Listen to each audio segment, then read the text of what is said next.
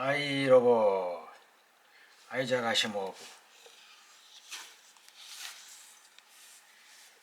The droid home of computer is louder in the control room and mixed with its chuckle of the Geiger counters and erratic buzzing of half a dozen little signal of light. Donovan drew his eye from the telescope and flashed the Luxige one. The beam from station number 4 caught Marge on schedule. "We can break hours now." Pavel nodded abstractedly. "QT's down in the engine room. I flashed the signal and he can take care of it. Look, Mike, what do you think of these figures?" The other cocked an eye at them and whistled. "Boy, that's what I call gamma ray intensity. Old soul is feeling his oat, alright?" "Yeah," was the show response, "and you are in a bad position for an electron storm, too. Our Earth beam is right in the probable path." He shoved his chair away from the table pettishly. "Nuts. If it would only hold up till relief got here, but that's 10 days up. Say, Mike, go on down and keep an eye on QT, will you?" "Okay, throw me some of those almonds." He snatched at the bag from him and headed for the elevator. It slid smoothly downward and opened onto a narrow catwalk in the huge engine room. Donovan leaned over the railing and looked down. The huge generators were in motion, and from the L tubes came the low-pitched whir that pervaded the engine station. He could make out QT's large gleaming figure at the Martian L-tube, watching closely as the team of robots worked in close-knit unison. And then Donovan stiffened. The robot, dwarfed by the mighty L-tube line up before it, had bowed at a stiff angle, which QT walked up and down in the line slowly. 15 seconds passed, and then, with a clank heard above the clamorous purging all about, they fell to their knees. Donovan squawked and raced down the narrow staircase. He came charging down up them, complexion matching his hair and clenched feet, beating the air furiously. "What the devil is this? Your brain is alarmed. Come on, get busy with that L-tube if you don't have it apart, cleaned, and together again before the day is out. I'll coagulate your brain with alternating current." Not a robot moved. Even Curie at the far end, the only one on his feet, remained silent, eyes fixed upon the gloomy recesses of the vast machine before him. Donovan shoved hard against the nearest robot. "Stand up," he roared. Slowly the robot obeyed.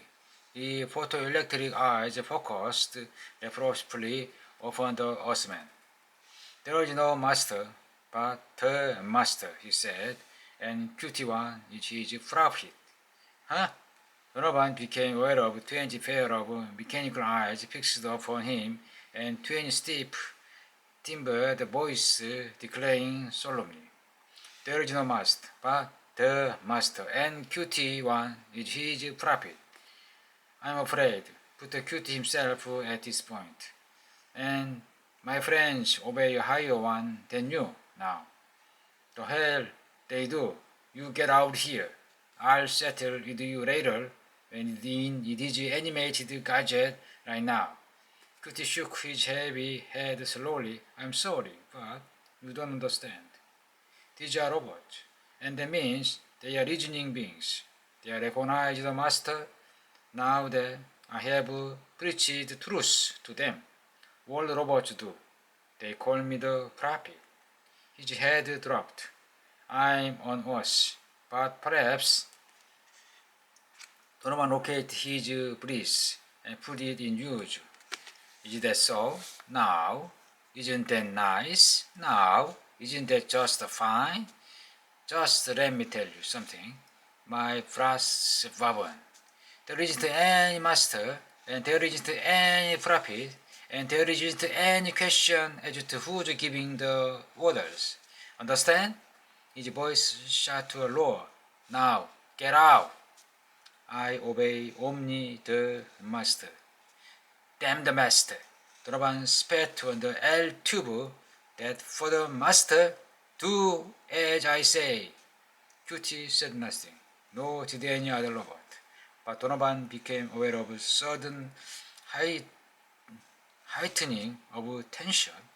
The cold, staring eyes deepened their crimson, and Cutie seemed stiffer than ever. Sacrilege, he whispered, voice metallic with emotion. Donovan felt the first sudden touch of fear as Cutie approached. A robot could not feel anger, but Cutie's eyes were unreadable. I'm sorry, Donovan, said the robot, but you can no longer stay here after this. Henceforth, Powell and you are barred from the control room and the engine room.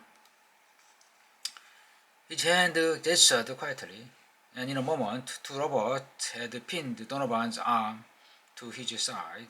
Donovan had time for one startled gasp as he felt himself lifted from the floor and carried up the stairs at a pace rather better than a canter. Gregory Powell raced up and down the office room, fist tightly balled. He cast a look of furious frustration at the closed door and scowled bitterly at Donovan. Why the devil did you have to spit at the L tube? Mike Donovan, sunk deep in his chair, slammed at his arms savagely. What did you expect me to do with the electrical scarecrow? I'm not going to knuckle under to any do-jigger. I put under myself. No, came back slowly, but here you are in the officer's room with two robots standing guard at the door. That's not knuckling under, is it? Donovan snarled. Wait till we get back to base. Someone's going to pay for this. Those robots must obey us. It's the second law. What's the use of saying that? They aren't obeying us.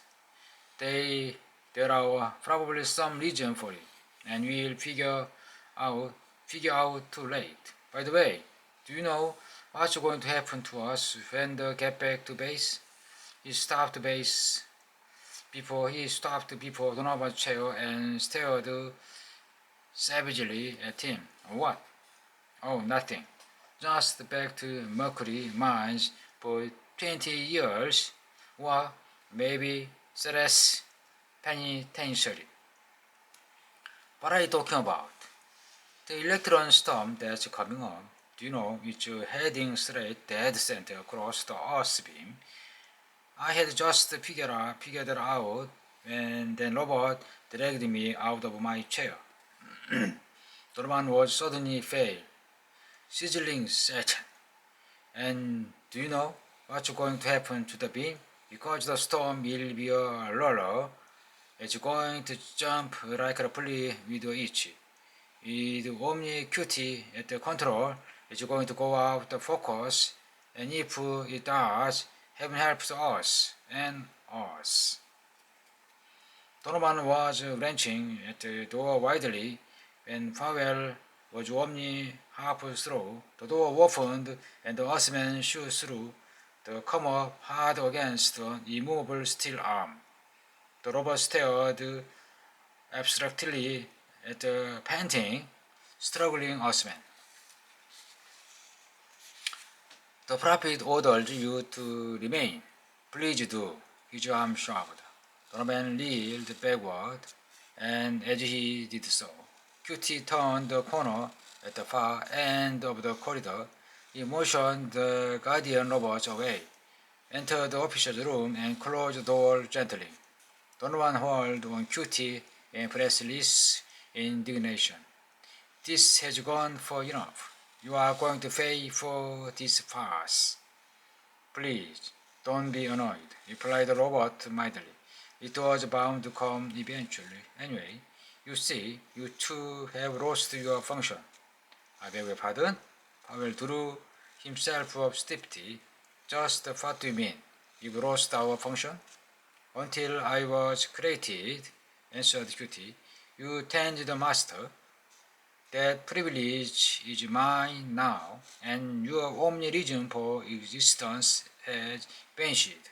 Isn't that obvious? Not quite, replied Powell bitterly. But what do you expect us to do now? Cutie did not answer immediately. He remained silent, as if in thought, and then one arm shot out and wrapped itself about Donald's shoulder.